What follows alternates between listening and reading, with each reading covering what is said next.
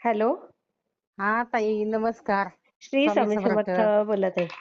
खूप दिवसातून मी खूप दिवस झाले तुम्हाला फोन लावायचं म्हणते. अच्छा. पण जा वेळ मिळाला त्या वेळेला मला तुमची आठवण खूप येते. अच्छा. मी मी फोन लावतेच लावते पण तुम्ही ज्या वेळेला तुम्ही उचलता हां. त्यावेळेला मी म्हणजे तुम्ही लावता त्यावेळेला मी कामात असते. हां. असं असं होतं तेच हा. ना. आज सुट्टी असेल. नाही मला सुट्टी लागली अहो 22 दिवस. अच्छा, अच्छा. मुलं गेलीत ना. हां, पण हां, हां. मी काल पण लावलेला बघा तुम्हाला फोन. हां, काल मी आणि जरा ऑफिसला होती. माझे अजून होय. रिटायरमेंटची कामं नाही झाली ना. म्हणजे रिटायर होताय का तुम्ही? झाली रिटायर डिसेंबरलाच झाली. होय. मग हां. कुठे आहे तुम्ही ताई? मुंबई, मुंबईला कुठे? कल्याण. कल्याण होय. माझं मिस्टर आहेत ना ते नव्हते चांगले. अच्छा, अच्छा. हां, हां. म्हणजे आमची फसवणूक आहे तुम्हाला वेळ ऐकायला? हां, सांगा ना काय तुम्हाला काय हां. अनुभव आला? नाही अनुभव नाही मला काय. मला काय बोलायचं होतं तुम्हाला माहितीये का? हां, मला ना हे जरा 2 भिंतींचं मला काम करून घ्यायचं होतं. हां. तर माझं सध्या अडचणी मला पैशाच्या आणि मध्ये अडथळा काय आला नाही पाहिजे. तर नाही मग ते त्यासाठी काय दादांकडनं सेवा घ्या ताई. ते माझ्याशी बोलून काहीच उपयोग नाही ते. कोणते कोणते दादा?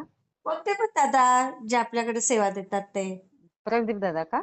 प्रदीप दादा आहेत, केंजळे दादा आहेत, भगत ताई आहेत. अहो मी केंजळे दादांना किती दिवस झाले मी फोन लावते. मला एवढी त्यांची आठवण आली ना. मी हं, म्हणजे खूप मागे एकदा मी अडचणीत होते हो. हं, त्यावेळेला आहे ना मी त्यांच्याशी बोलले म्हणजे मला आधी तर थोडी हे झालं होतं, हं, की असं असं होईल तू काय तिथं जाऊ नकोस. हं, तरी पण मी तिथे गेले. हं. गेले पण तो अनुभव जरा वेगळा आला. मी दादांसंग बोलले होते. म्हणजे तर काय दादा अनुभव आला? म्हणजे अहो मी एका ठिकाणी पैसे मागायला गेले होते हो व्याजाने.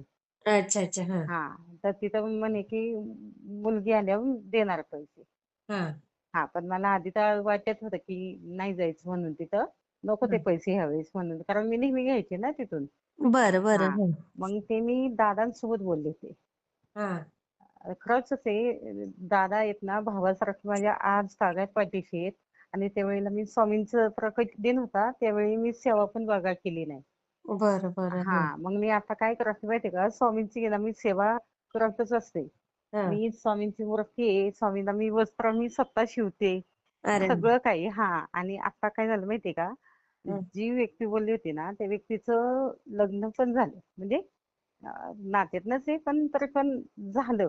मला काही कळत नाही तुम्ही काय, कसलं काय बोलताय ते? अहो मी व्याजाने पैसे मागायला गेले होते ना एका ठिकाणी. बरं. हं.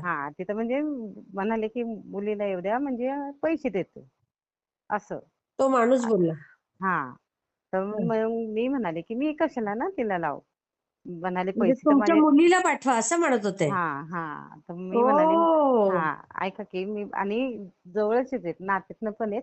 पण पैशाची अडचण माणसाला खूप काही हे शिकवते ना. बरोबर, बरोबर. मग मला आधीच फिलिंग्स आले होते की तू तिथं जाऊ नको ह्यावेळेस पैशाला. हां, चांगली जरा वृत्ती नाहीये नाही त्यावेळेला. धोकादायक आहे थोडं.